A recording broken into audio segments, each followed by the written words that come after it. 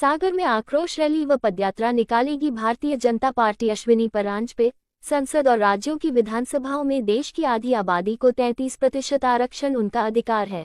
इंडी गठबंधन ने एक बार फिर साबित कर दिया कि उनकी मानसिकता महिला विरोधी है। 24 अप्रैल को सागर में बड़ी आक्रोश रैली व पदयात्रा निकाली जाएगी।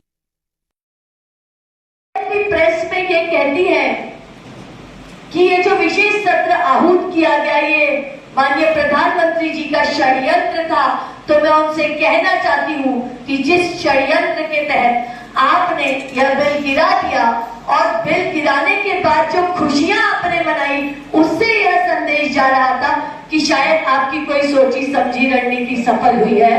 और जब उन्हें ऐसा लगा कि अब नारी शक्ति विरोध में जाएगी और वो आक्रोश दिखेगा, तो शायद घबरा कर माननीय प्रधानमंत्री जी के इस पहल को उन्होंने षड्यंत्र का नाम देने का प्रयास किया। मैं आपको इतना ही कहना चाहूंगी कि मध्य प्रदेश वो भूमि है जिसने महिलाओं के प्रति देखने का समाज का दृष्टिकोण बदला।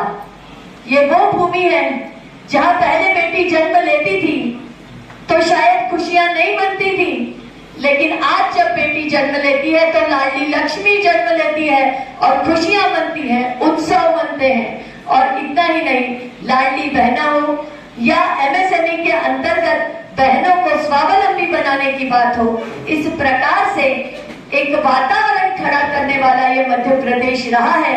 और आज मध्य प्रदेश का समाज बहनों को नेतृत्व देने के लिए भी तैयार है। और मध्य प्रदेश वो राज्य है जिसने 33% आरक्षण को बढ़ाकर निकाय चुनावों में 50% किया। इसलिए मध्य प्रदेश की धरती से हम ये संदेश पूरे देश को देना चाहते हैं कि बहनों के सम्मान में इस प्रकार की बात को बहनें कभी बर्दाश्त नहीं करेंगे। और इस प्रकार का आक्रोश तो हमें पूरे देश भर में देखने को मिल रहा है।